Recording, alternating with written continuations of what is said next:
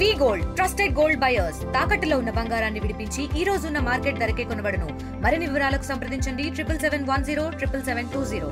మేము కాలేజీల్లో చదువుకునే నాడు మంత్రిగా, జిల్లా పరిషత్ చైర్మన్గా, నాయకుడిగా రాజశేఖర్ గౌడ్ గారు మాజీ జడ్పీ చైర్మన్, మాజీ మంత్రి.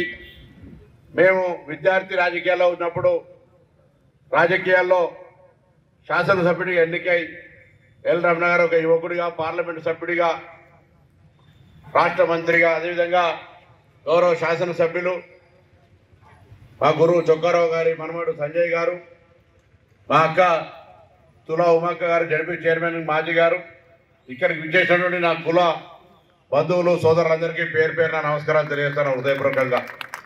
ఈరోజు సర్దార్ సర్వాయి పాపన్న గారి విగ్రహాన్ని సర్వాయి పాపన్న జంక్షన్లో ఆవిష్కరించుకున్న సందర్భంగా మీరు అధికారికంగా మున్సిపాలిటీకి లేఖ రాసిన బోర్డు పెట్టి వీళ్ళందరికీ విజ్ఞప్తి చేసి సర్వాయి పాపన్న జంక్షన్ అంటే పేరు నాతో ఆటోమేటిక్గా సర్వాయి పాపన్న జంక్షన్ అయిపోతుంది. ఇవాళ నుంచి దీన్ని సర్వాయి పాపన్న జంక్షన్గా తీసుకొని పిలిచే విధంగా నామకరణం మనమే చేస్తూ ఉన్నాం. దీని అందరు ఇప్పటి నుండి సర్వాయి పాపన్న జంక్షన్గా చేయాల్సిందిగా ఈ సందర్భంగా కోరుతా ఉన్నాను. సర్వాయి పాపన్న బహుజన నాయకుడు, వృత్తిరీత్యా కళ్ళు గీత కార్మికుడైనా ఆయన సైన్యంలో అన్ని రకాల సామాజిక న్యాయాన్ని పాటించి గోల్కొండ కోటను చేయించినటువంటి వ్యక్తి. ఈరోజు కూడా సామాజిక న్యాయాన్ని పాటిస్తూ భవిష్యత్తు లోపల అధికారం వైపు బహుజనులంతా పోవాలనడానికి ఆయన విగ్రహం మనందరికీ స్ఫూర్తినిస్తుందని ఆకాంక్షిస్తూ ఉన్నాను. విగ్రహాలు ఎందుకు పెట్టుకుంటాం?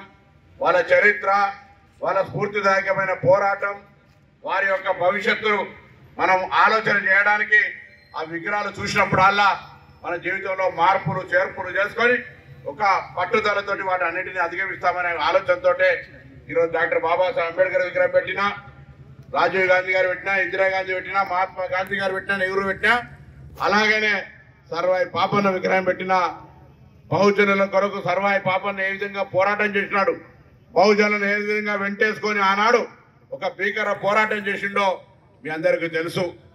ఆనాడు కత్తులు, డాళ్ళు, తుపాకులు, గుర్రాలుండే. ఇవాళ వాటి స్థానంలో ప్రజాస్వామిక వ్యవస్థ ఏర్పడ్డది.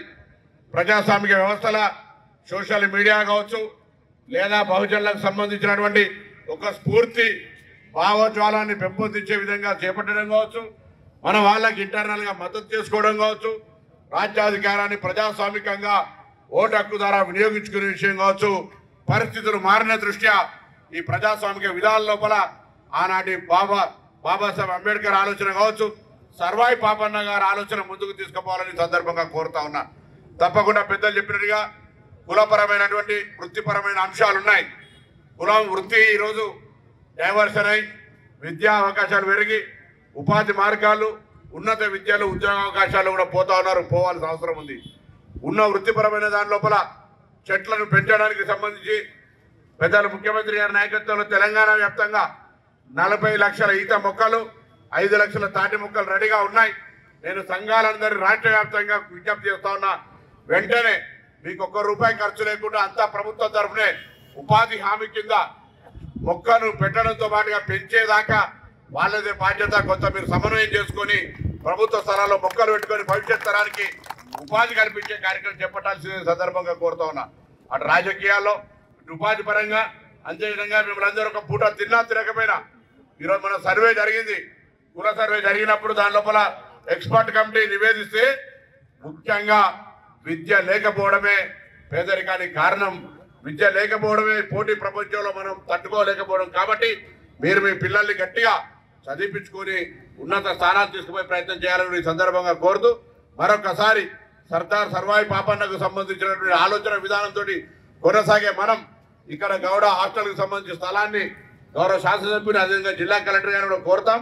దాంతోపాటుగా నిధులు కేటాయించడానికి మరి గౌరవ శాసనసభ్యుల్ని, శాసన మండలి సభ్యుల్ని, పార్లమెంట్ సభ్యుల్ని, ప్రభుత్వాన్ని కూడా కోరి దానికి సంబంధించి నిధులు కేటాయించే విధంగా చర్యలు తీసుకుంటామనే మాట కూడా ఈ సందర్భంగా మనం చేస్తూ కొంత పని ఒత్తిడి వల్ల పూర్తి సమయాన్ని కేటాయించలేకపోయినా ప్రత్యేకించి కార్యక్రమానికి వచ్చినాం.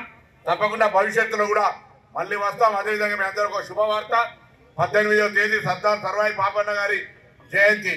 ఆ రోజు గౌరవ ముఖ్యమంత్రి గారి చేతుల మీదుగా మన పిసిసి అధ్యక్షుడు మహేష్ కుమార్ గారి చేతుల మీదుగా మిగతా పెద్దలందరి చేతుల మీదుగా మొన్ననే స్థలాన్ని ఫైనల్ చేసినాం.